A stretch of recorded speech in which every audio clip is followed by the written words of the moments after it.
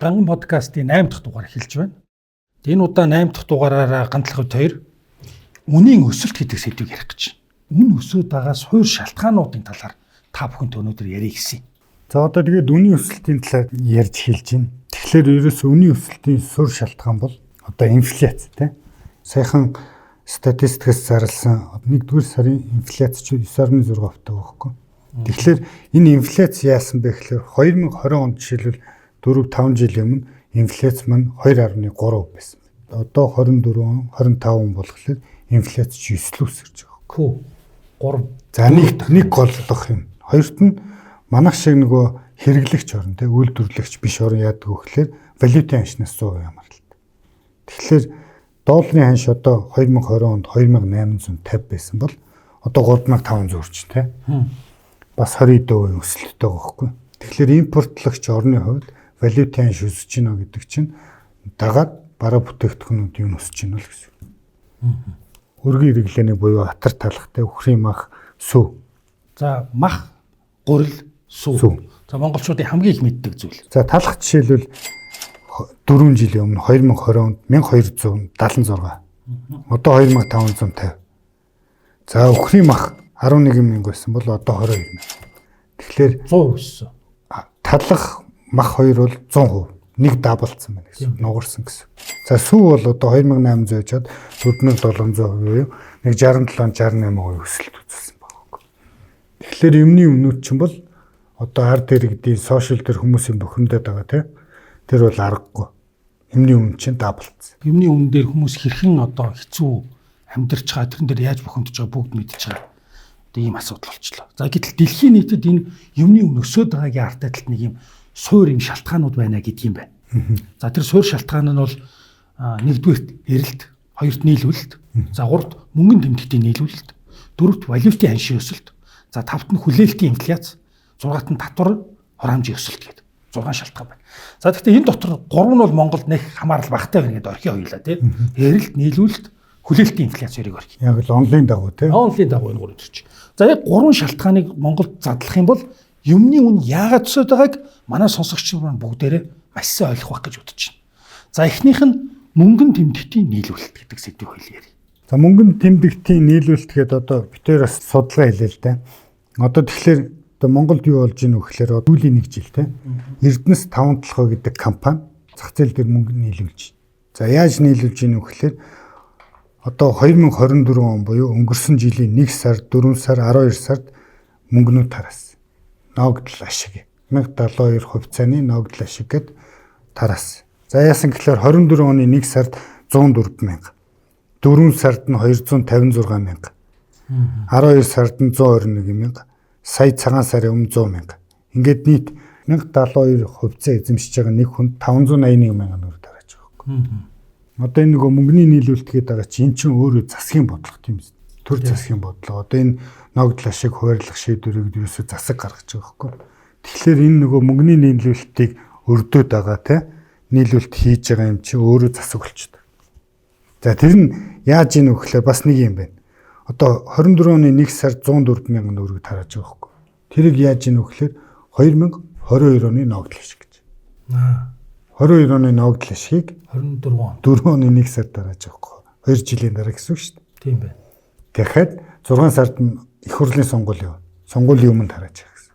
За дахиад сонгуулийн өмнө 4 сард нь дахиад 23 оны ногдол ашиг гээд 4 сард нь 256 төгрөг сонгуулийн өмнө. За дахиад 12 сард сая те нөгөө хамтарсан засгийн газар байгуулагдаад нэг чагсаал мэгсаал боллоо яалаа. Тэнд дахиад 121,000 төгрөг тарааж. Энэ гэхдээ 24 оны ногдол ашигын эхлэл урьдчилгаа. Гэхдээ 24 он дуусаагүй шүү дээ. Тийм байна. Тайлан тооцоо нэцлэгдэг байж байгаа. Тийм байна. За ингээд л ерөнхийдөө Эрдэнэс 5 толгоос өнгөрсөн жил жишээлбэл 1072 хувьцаа эзэмшиж байгаа хүнд 581,000 төгрөг. Нийт энэ ойролцоогоор нэг 2 их нийтийн нийлүүлэлт хийчлээ л гэсэн үг. Надад бол ингэж уншигч байна. Эрхвэгч Монгол ардын нам.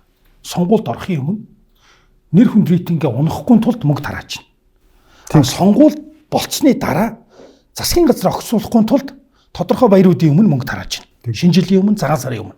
За ингээд нэг юм төр арга зааж байна. За энд сая чи хууль ёсны дагуу мөнгө тарааж эдийн засаг дээр хэрхэн алуурчин хийж байгаа тухай ярьлаа. За нийлүүлэлт хийж байгаа. Нийлүүлэлт хийгээд. За ихтэл хоёр дахь нь яаж юм гэхээр хууль бус мөнгө тарааж байна. За би хууль бус мөнгө гэдэг дээр юу хэлж юм гэхээр сонгуулийг хэлж байна. За сонгуул дээр хэдэн төгрөг далд эдийн засаг тарааж байгаа мэдэхгүй. Хамгийн багаар нь хоёул аваад үзье л да. За 126 улсын их хурлын гишүүн нэр дэвшиж байна. Нэг тэрбум төгрөг. За зардал гаргалаа. Гэхдээ албан ёсных нь шүү дээ. Бага албан ёсных нэг тэрбум. За ингээд Монгол Ардын намаас 126 тэрбум, Ардсан намаас 126 тэрбум, 252 тэрбум, дахиад хүн намаас за үндэсний эвслээс.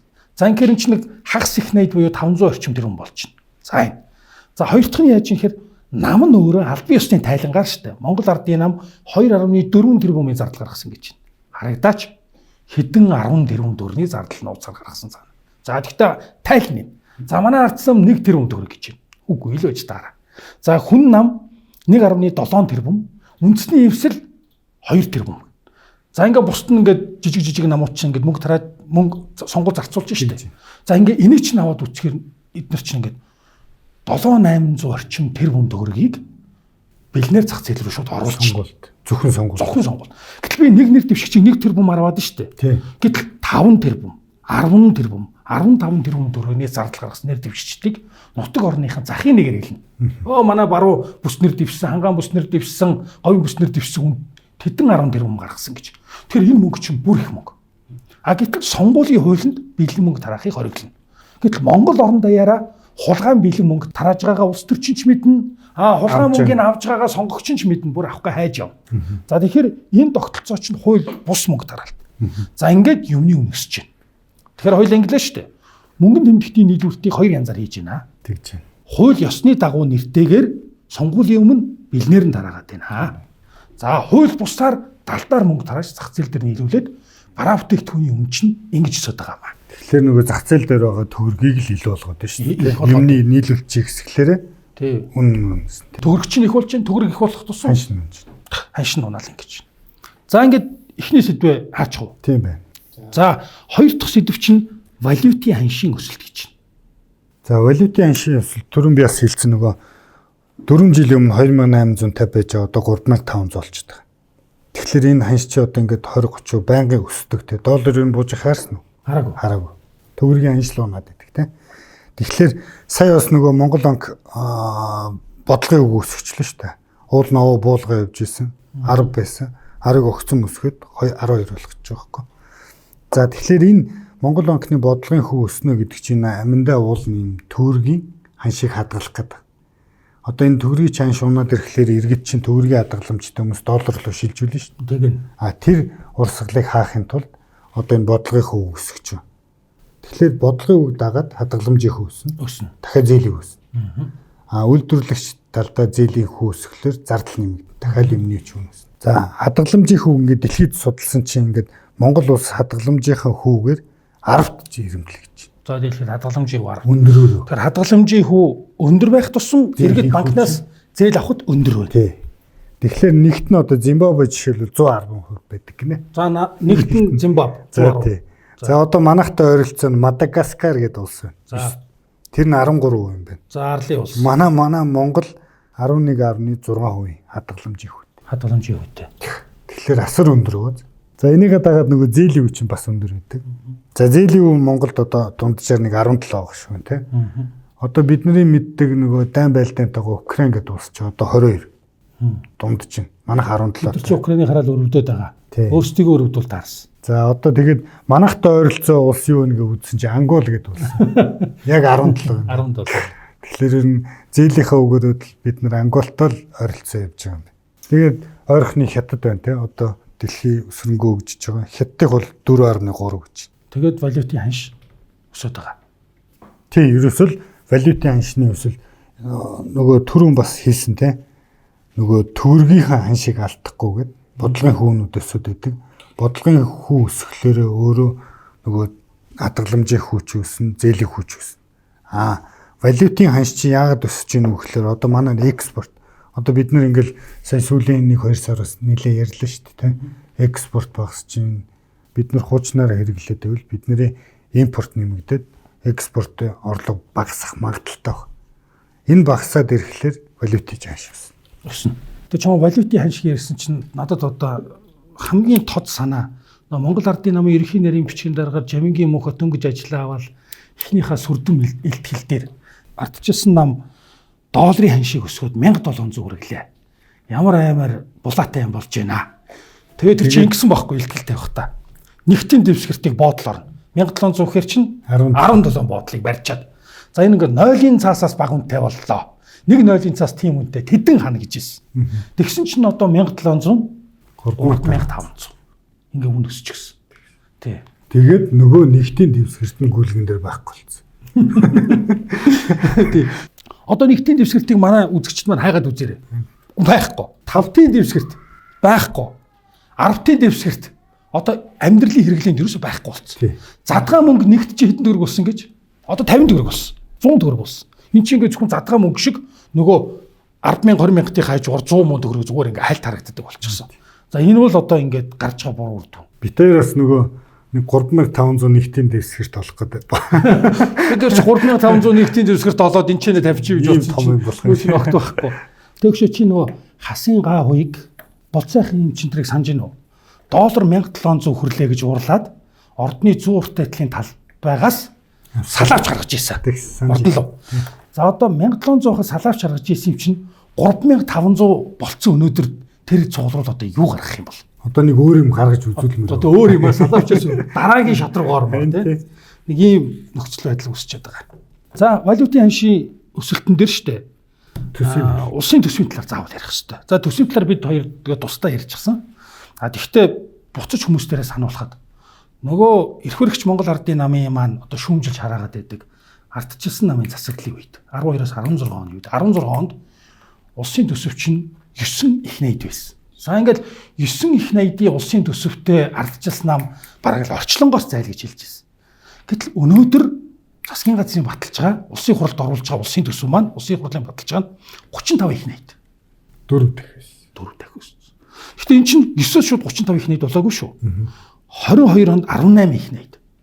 23 онд 20 их найд. 24 онд 27 их найд. Ингээ 35 их найд. Аимшигтай гарсч. Одоо тэгэхээр ерөөсөө төсвийн тэлэлт, зарлагын тэлэлт гэдэг чи одоо бас өмнөх подкастэнд хоёулаа зөндөө ирсэн те. Урсгал зардал байгаа, хөрөнгө оруулалт байгаа. Хөрөнгө оруулалт нь одоо ингээд 1-2 сар тендерүүд нь зарлагдаад хаврын бүтээн байгуулалтууд эхэлнэ. Тендер зарлагдаад хавар яах вэ гэхээр тендер авсан компани чинь нөгөө юма хийх ёстой шүү дээ, барилга байшин машин. Тэгэхээр хайш урагшаа явна. Урагшаал ирээлүүд. Тэгэхээр нөгөө валютанд чи айгүй нөлөөлнө. За одоо тэгээ бид нар чи хаврын бүтээн байгуулалтаа гаднаас авна шүү дээ, өөр яах юм бэ? Улсын төсөв дээр хөрөнгө оруулалтыг нь өгөөжгүй. Урсгал зардлыг нь үрлэгэн болгодог 50000 эрх баригч Монгол Ардын намын компани байна. Энэ 50000 компани чинь бүр ингээд намтайгаа хамтран ажиллаа сурцсан. Улсын төсөвт бол ингэж оруулж байгаа. За энэ барилгыг оруулчаа сумын төв дээр. За оруулангуудаа 1 тэрбум төгрөгөөр барина гэж хэлнэ. За нэг сургууль ч юм уу цэцэрлэг ч юм. Ингэснээр энэ мөнгө маань хөрсөнгөө дараа жил 2 тэрбум. Хөрсөнгөө дараа жил 3 тэрбум. Гэсээр үл 1-2 тэрбумаар орсон барилга нь 10 тэрбум болж дуусна. За ингээд 10 тэрбум төгрөг ирээнийг давуулаад нэг хэрэггүй барилга барьчлаа гэж бодъё. Ингээд дуустдаг бол дүүрч. Дараа нь энэ чинь урсгал зардал гэж орж байна. Энэ үрлэгэн жил болго авчаа. Нэг манаа чалаалуулаа тэгэл ажлын байр, тог захилгаан гэж нэмэгдээ яваад идэг. Тэгэхээр ийм цус сурагч шимэгчиг ийм 50000 компани суучаад байгаа учраас энэ улсын төсөв чинь тэдний боолчлын дагуу гинжин хэлхийд л ингээл нэмэгдээл. Тэгээ нөгөө хөрөнгө оруулалт чинь нэмэгдэх тусмаа нөгөө хоёулагийн гол яриад байгаа чинь нөгөө валют шүү дээ, тийм. Валют чинь л хойш ингээд урсаад идэв. Тэгээ уул нь зөндөө хэлсэн биз дээ. Одоо ингээд ийм болж магадгүй, тийм. Тэгэхээр төсөө баг там хас хэрэггүй хөрөнгө оруулалтаа хас гэж зөндөө хэлсэн одоо яас баггүй. Тэгэхээр чинь ордноос зөрүүлж иргэд рүүгээ салавч харчихдаг. Тийм. За ингээд валютын ханш. Тэг хэцүү ч юм аа да. За хамгийн сүүлийнх нь хоёлаа энэ 6 сэдвийнхаа сүлд нь хоёлаа энэ татвар хураамжийн өсөлт гэдэг. За татвар хураамжийн талаар Facebook-ээр за мөн одоо сошиал олон хаягуудаар хүмүүс бухимдлаа илэрхийлж илээ. За татварын талаар өмнө ярьжсэн нийслэлээр тэр хэдэн тоогоо хэлчихв. Тэгээ. Хоёлаа ч өмнөх подкастраас ярьжсэн тийм. Тэгсэн. Бүр яг нийслэлийн албан татварууд яаж өссөн, нийслэлийн төсөв юу болсон гэдээ ярьсан. За тэгэхээр хамгийн одоо нөгөө бараа материалуудын үн өсгөж хамгийн гол том шалтгаалсан зүйл чинь болохоор өнгөрсөн намрын цахилгааны үн нэмсэн тийм үү? Аман дээр хэлэхдээ 30% гэж хэлсэн. Одоо сүүлд өөрөөсөө буруу хүлээж зарим газар 70%, 80% нэмсэн байгаа хөөхгүй. Тэгэхээр энэ цахилгааны үн нэмэгдсэнтэй холбоотойгоор шууд инфляц дээр дарамт өгч. Одоо үйлдвэрлэгч нар яадаг вэ? Цахилгаан хэрэглэдэг шүү дээ. Одоо талах хийх гэж, өндөг хийх гэж бүгд цахилгаан хэрэглэв. Цахилгаан өсчихлөөр яах вэ? Бараа бүтээгдэхүүний үнд өртгөө шингээ. Тэгэхээр бараа бүтээгдэхүүн чинь өснө.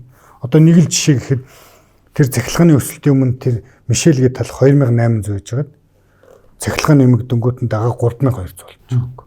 Ингээл өсч бараа бүтээгдэхүүн. За нэг. За хоёрт нь одоо энэ хураамжууд нэмлээ гэж ярьлаа шүү дээ. Нийслэлээс за одоо автомашин ашигласан одоо Прүсттэй иргэн байлаа гэхэд жилд 36 мянган төгрөг төлдөг байсан байна автомашин. Тэрийг 3 дахин өсгөж 108. 300% гэсэн үг. 30 биш те 300.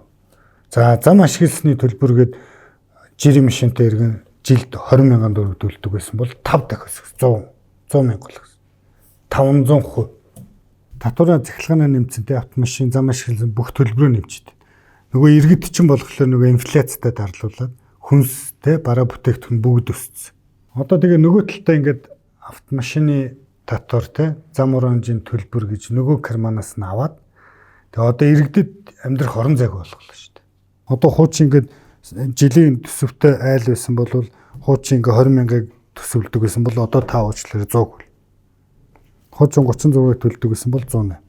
Дахиад нөгөө цахилгааны чирэглээд таны хэд гардаг гэсэн бол дахиад 30-40% нэмсэн. Энэ дарамт чи өөрөө ард иргэд дээр шууд ирж байгаа хөөхгүй. Ямар ч цаг хугацаа үлээхгүй. Цахилгааны нэмэгдлээ сарын биелэл дээр чи ирж. Ингээд мөнгөн тэмдэгтийн нийлүүлэлт, валютын ханшийн өсөлт, татвар хураамж гэдэг 3 зүйлээр юмны үн гэдэг зүйлийг ингээд улаастал нь өрдөөд засгийн газар маань иргэд маань бүгдээрээ юмны үнэндээ ингээд амьдрал аж ахуй бүгдээрээ дороотоод бухимдаад байж байна.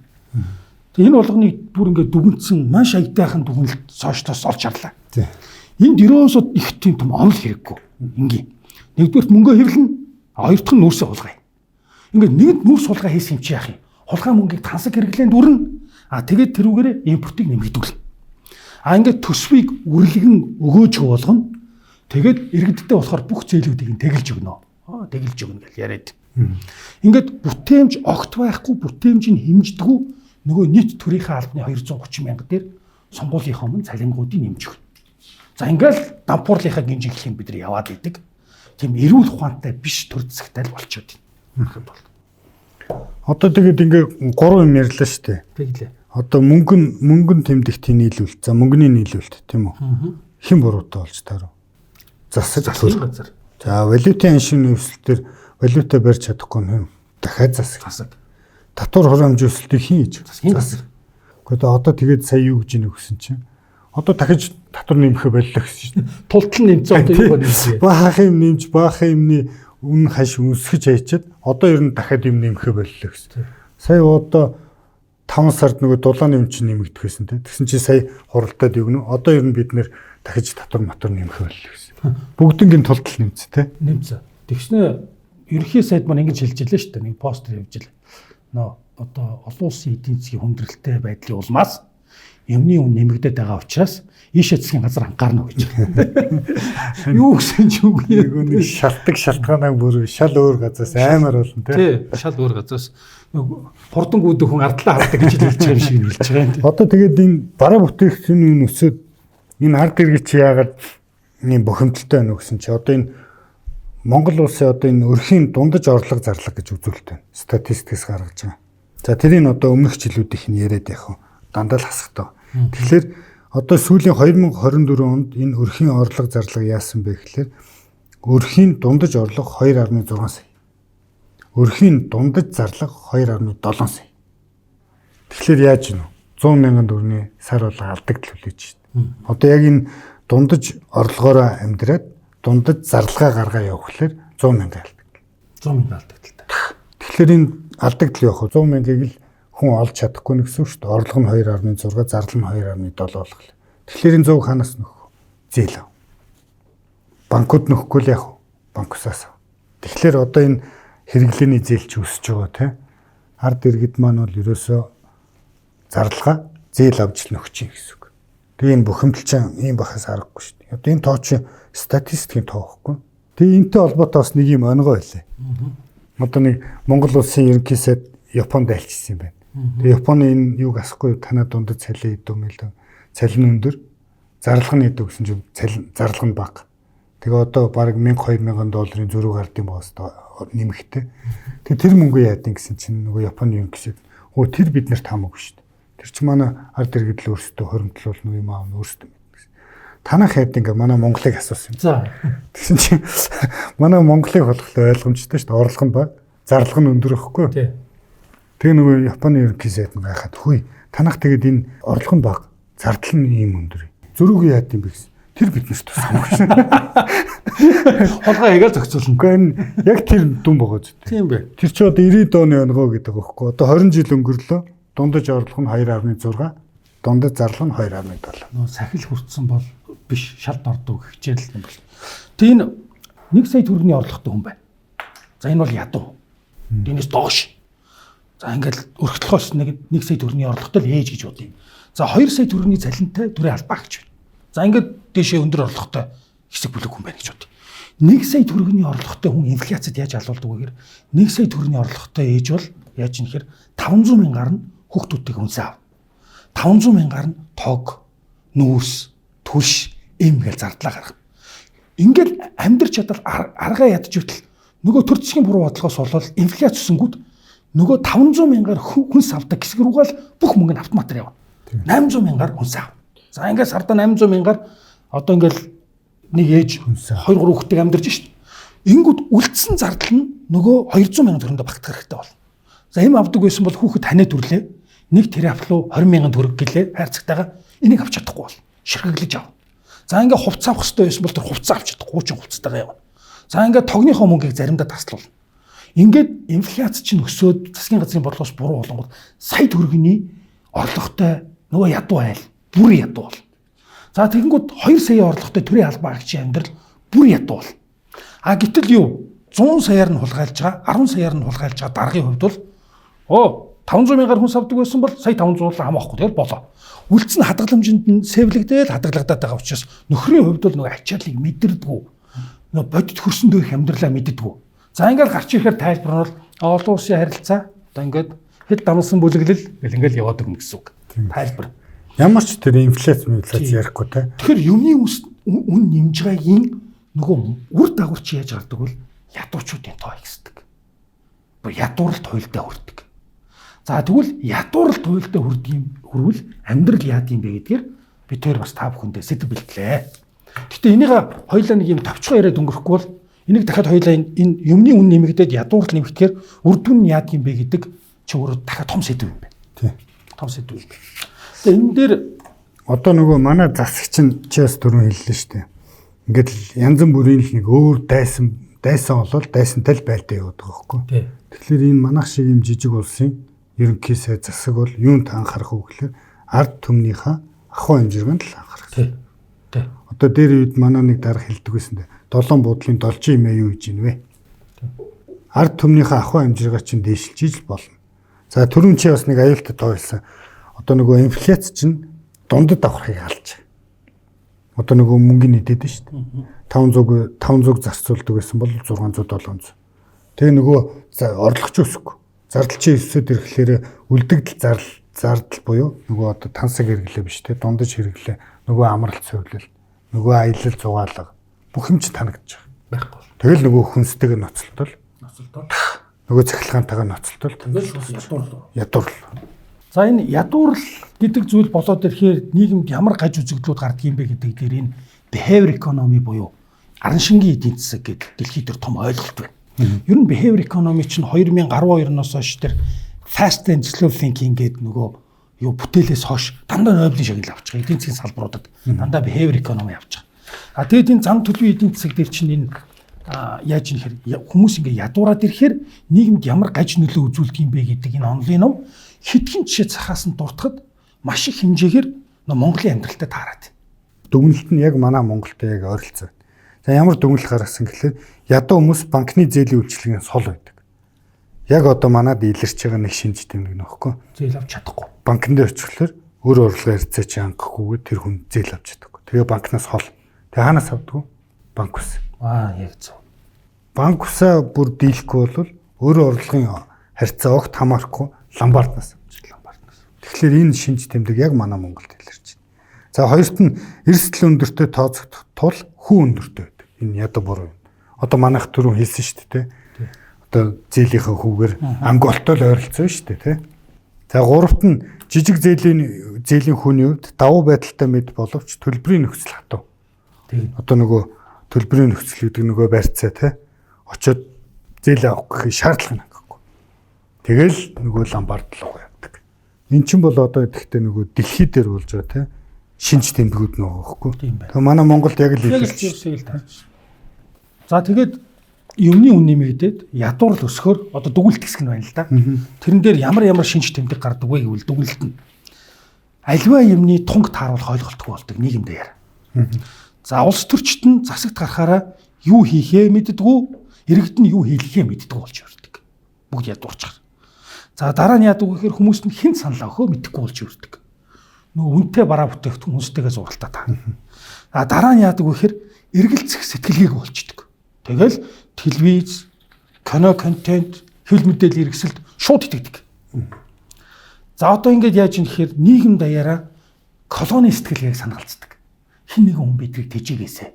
Ямар нэгэн далдгаар орж ирээсэ. Баатар гараасаа гэлээ. За тэгээд нийгэм даяараа хулгай хийж эхэлдэг. Тэр бүгдээрээ тансаглах сонирхолтой болдог. Аль болох тансаг юм. За ингээд зам барихтаа чулгай хийн, ачаа даацыг хэтрүүлнэ. Хашил таалга мөрөгдөг гинэ. Дэлхийн олон улсын жишээ шүү дээ. Монголын тухай яриаг.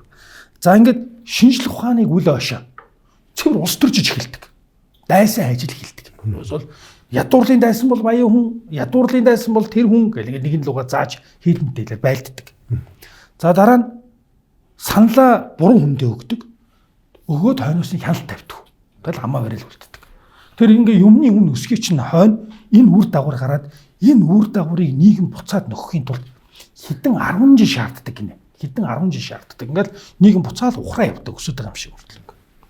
Ингээд төгсгөлд нь нэг намын дарангуйл руу явж ордог. За нэг иймэрхүү жишээ байна. Тэгэхээр энийг бол хоёулаа дахиад тусдаа сэдв болгож ярих юм байна. За тэгэхээр ганган подкаст бол өнөөдөр ган тулга бит хоёр энэ юмны үн өсөөд байгаа цаатлын эдийн засгийн шалтгаанууд чинь юу юм бэ гэдгийг одоо нийт үзэгчдэд тайлбарлаж өглөө. Нэмжлэгчүүд байна уу? Тайлбарлахыг хичээлээ. За ямар ч гэсэн бүх тоо баримттай тий. Худлаа ирээгүй. Их сурвалжгүй ирээгүй. Одоо нэг сошиалын нэг найз жоохоо Facebook-ийн л нэг найз л та. Монголчууд бид цалингаараа амьдэрдэггүй. Ам зогоодог гэж. Яг. За амьдрын гэдэг бол эрүүл мэнд боловсролтой хөрөнгө оруулах боломжтой. Аялал амралтаа төлөвлөдөг хоримтлалтай байхыг хэлнэ гэдэг үг амьдрын. Тэгтэл амар дүгэн чинь надад. Монголчууд болохоор нөгөөд байхгүй те эрүүл мэнд боловс хүнсэндээ хамаг юм аяг л үлдсэн байхгүй. Тэгэхээр бид нэр бол одоо амьдрахгүй байна. Ам зогоогоод байна л гэж хэлж байна. Засгийн газраа ерөнхий сайдаа юмны үннээс болоод аз жаргалтай зүгээр амьдрах биш бүр ингээ харгацааж өдрийг арай гэж бор хоног өнгөрөөж байна. За энэ болгоны эсрэг энэ юмны үнэ доктортой байх арга хэмжээг авахын тулд эхний ээлжинд 3 ажил хийгээд өгөөч. Эхнийх нь над мөнгөн тэмдэгтийн нийлүүлэлт буюу бэлэн мөнгийг хууль ёсны нэртэй нэг бол хууль бусаар тараахаа болооч. Зүгээр л мөнгөний сонгуулийн бүх юм хийхээ болоод өгөөч. Тэгвэл бас гайг болох гээд.